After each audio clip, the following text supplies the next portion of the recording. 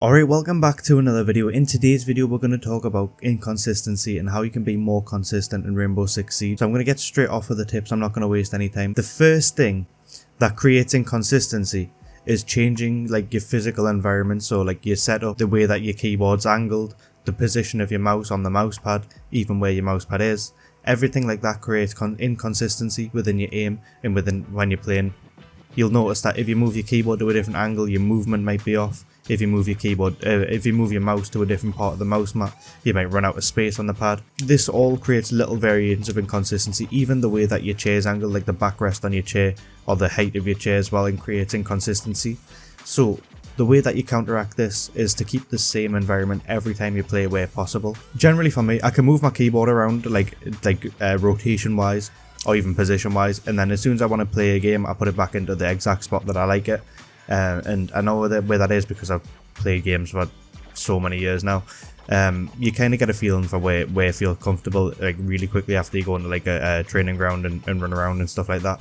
But if you're moving your keyboard around to type, or like if you have it straight when you type and then have an angle when you play games, it's just going to create inconsistency. So you need to try it where you can to keep the keyboard at the same angle. So either type with it on an angle, like learn how to do that, or type with it straight and play with it straight as well. But for me personally, I'll leave my keyboard where it is, like I'll leave it on like a 45-degree angle, and then I'll just always type with it like that and play with it like that.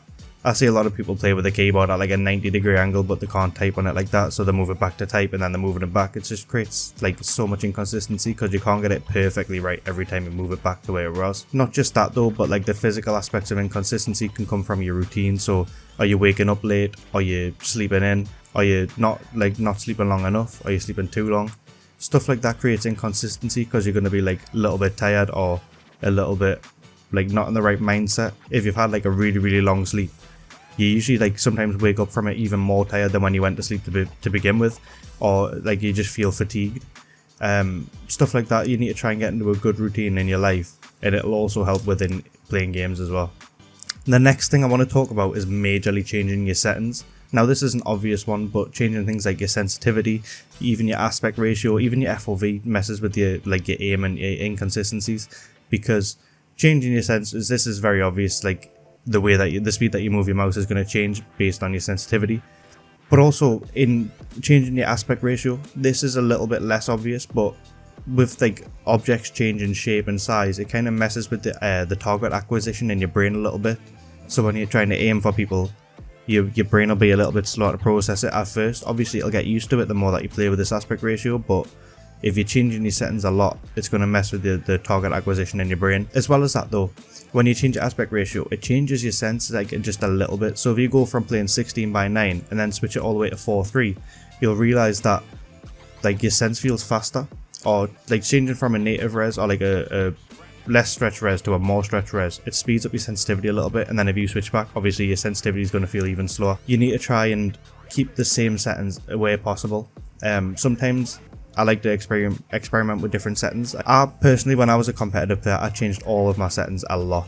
Like I would play scrims one day with one sense, then I would double it the next day in scrims, or I would half it the next day in scrims. Like I would play random sensitivities, and it was not good for consistency. I was probably one of the most inconsistent players.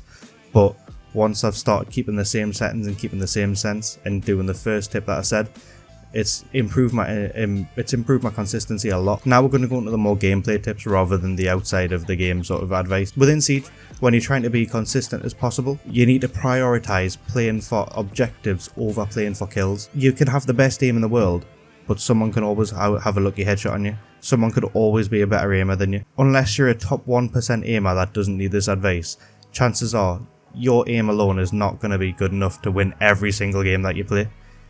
So why play for kills rather than objectives, so planting the bombs and playing for win conditions? It just doesn't work. Like you can't even compute the difference if you play for kills where literally half the lobby might be a better aimer than you, or even just one player on the enemy team might be a better aimer than you, when you could play for the objective and play for strategy, where you can always sort of count on like ideas that you have working in other games. Like if you have an idea that works in one game, chances are it'll work in another game, as long as it's not an idea that relies on getting eliminations. So to keep this as short as possible, you can never ever always count on being able to outgun the enemies. Instead of doing that, play for plants where you can secure more consistent wins rather than hoping that you hit headshots, and then it becomes a game of, can you hold a post plant? Can you use utility to waste time in a post plant? Can you use utility to clear rooms rather than trying to run in and flick to every head in the room? It's so much more consistently winnable if you're playing like based off a utility rather than based off of trying to secure kills. The next thing that's messing with the consistency is mentality. Tilting will always make you lose. If you watch a lot of my videos, I talk about tilting a lot, and the reason for this is because it's a major thing in playing games. It's a major thing of why you lose games, and it's a major thing if you fix this, you will be 10 times better of a player. You'll have more people to play with because people don't want to play with a person that tilts, and you'll also win more games because you're in a happy environment. It's kind of like manifestation a little bit, but if you think bad things, then bad things will happen. If you think good things, then good things will happen. If you try your hardest to manifest every game of like good vibes, keep the positive mentality throughout the game. Even games where you're playing against cheaters, you'll find that you might start winning some here and there. Even games where you find that the enemies are a lot better than you, you might find like your brain will spark some kind of idea where if I do this, I might win, and then you do it and then you win. So kind of tilting kind of messes with your brain in terms of like, if you tilt and then you think you're going to lose, your brain's going to stop coming out with ideas with how you can win. If you think you're going to win, or if you're consistently in the mindset of, I want to win this game, I'm going to win this game, like I can feel that I'm going to win this game. Even if you don't feel it, you'll start like, it's kind of like fake it till you make it. You'll start being like, your brain will start pinging ideas at you and you're like, oh, I could do that, oh, I could do that. And then you try some of them and they start working. Sometimes they might not work, but a lot of the time they will work. The next thing I want to talk about for why you're playing inconsistently is you're not playing usual strats. I don't mean that as in like play default stuff every time you play, but I mean like you probably know if I play this operator and do this thing, it's going to work well. Or if I do this strat, it's going to work. It's worked a lot in the past.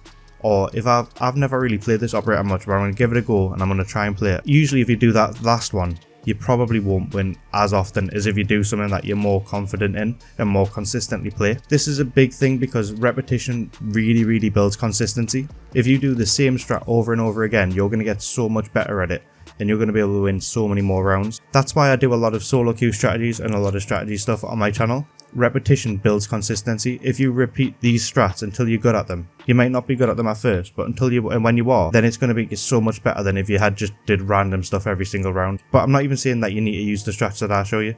You can think of your own, you can make your own, you can find some that work for other people, like you can watch a Twitch stream, see what they're doing. You can play a game, see what the best player in the game is doing, and then copy that until you become good with it. The next thing of why you're being inconsistent is because you're not filling operator gap. If you play a game, generally, if you're playing ranked, you know kind of what lineup you need.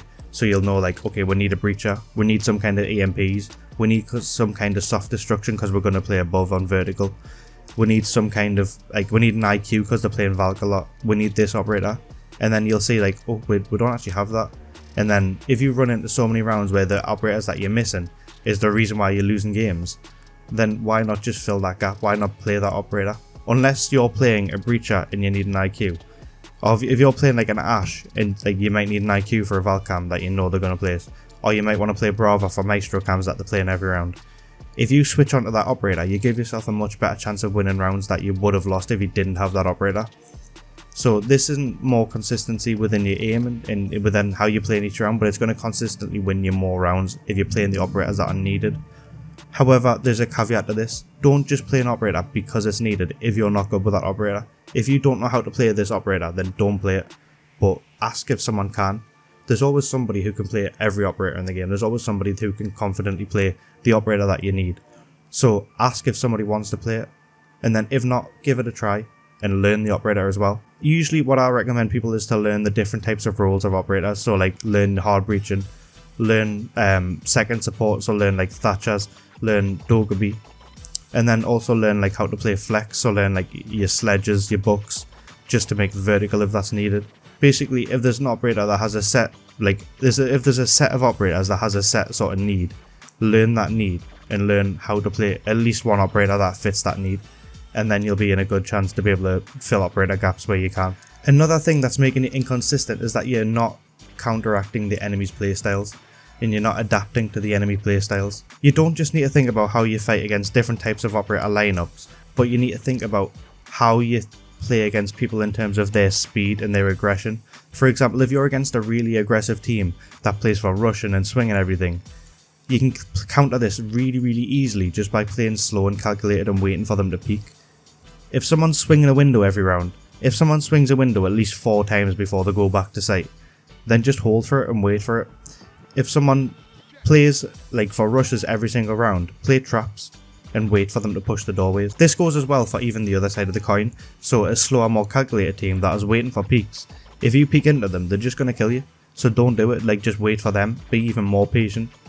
Like they're going to play so slow. If they're on attack and you're on defense, just play slow and wait for them to waste the time out until they start eventually trying to push. It's very easy to play a game when you do it more on the sort of side of it, of playing against the people rather than the operators, because people play the same operators each game, but different people don't play the same operators the same way. So you might play against an ace player that's really aggressive, or you might play against an ace player that's like really passive and really slow. So you can't play against them two ace players the same way. That's it for this video. If you enjoyed, drop a subscribe. 95% of the people that watch my channel aren't subscribed, so if you could subscribe, that would be absolutely amazing. Thanks for watching.